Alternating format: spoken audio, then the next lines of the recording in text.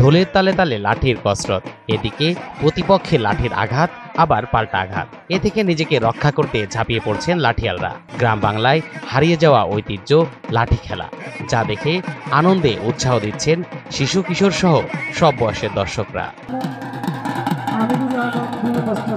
হারিয়ে যাওয়া এই ঐতিহ্যকে বর্তমান প্রজন্মের সামনে তুলে ধরতে পঞ্চগড়ের হাজরাডাঙ্গা ইউনিয়নে আয়োজন করা হয়েছে ঐতিহ্যবাহী লাঠি খেলার। সঙ্গে বসেছে প্রাচীন গ্রামীণ মেলা, যেখানে আশপাশের গ্রাম ছাড়াও দূর দূরান্ত থেকে মানুষের সমাগম ঘটেছে। আগেও আমি এই খেলা দেখছিলাম, কিন্তু আগের থেকে এখন অনেক ভালো লাগতেছে। আগের থেকে এখন দেশটা অনেক ভালো আছে। আমি এই যে ঐতিহ্যবাহী ঘোড়া দৌড় আর ওই যে লাঠি খেলা দেখার জন্য এখানে আসছি। এখানে আসে দেখলাম মানে লাঠি খেলা, ঘোড়া দৌড় দেখবো এখন, আর অনেক জনসংখ্যা হয়েছে, খুব ভালো লাগতেছে। আসলে সবাই মিলে খেলা দেখতে আসছি। আমার নাম মেঘলামণি। আসলে লাঠি খেলা, ঘোড়া খেলা এগুলো অনেক ঐতিহ্যবাহী, অনেকদিন ধরে হয় না, তো আমি আর কি দেখিনি অনেকদিন ধরে। আমরা ফ্যামিলি সহ সবাই আসছি দেখার জন্য। বান্ডেল থাকলে প্রতি সেনমানিতে টাকা বাঁচবে। বিকাশ সেনমানি বান্ডেল কিনে জিতুন প্রতি লেনদেনে। একই জায়গায় রয়েছে ঘোড়দৌড়ের আয়োজনও, সেখানেও দর্শকদের উপচে পড়া ভিড়। ছোটবেলায় দেখছি তো খেয়াল নাই, আরে যে আজকে দেখতেছি।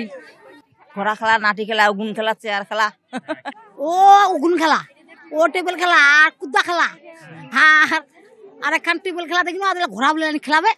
ঘোড়া খেলা দেখতে খুব ভালো লাগে। লাঠি খেলা হয়েছে, লাঠি খেলাও দেখছি, খুবই ভালো লাগছে।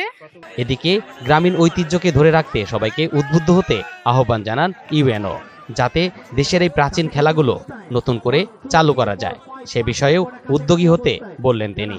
গ্রামীণ খেলাধুলার উৎসব নামে একটি অংশ রেখেছিলেন, সেখানে বিভিন্ন উপজেলায় এই ধরনের গ্রামীণ যেসব খেলা হারিয়ে যেতে বসেছে সেই সব খেলা নতুন করে করা হয়েছিল, এবং আজকে এখানে ঘোড়দৌড় প্রতিযোগিতা হচ্ছে। দেখেন ব্যাপক মানুষের জনসমাগম।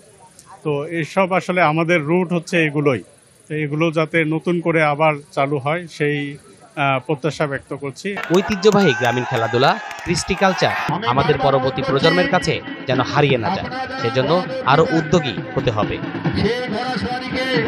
মঞ্চের এখানে আসার জন্য খাতায় নাম অন্তর্ভুক্ত করার জন্য অনুরোধ করছি।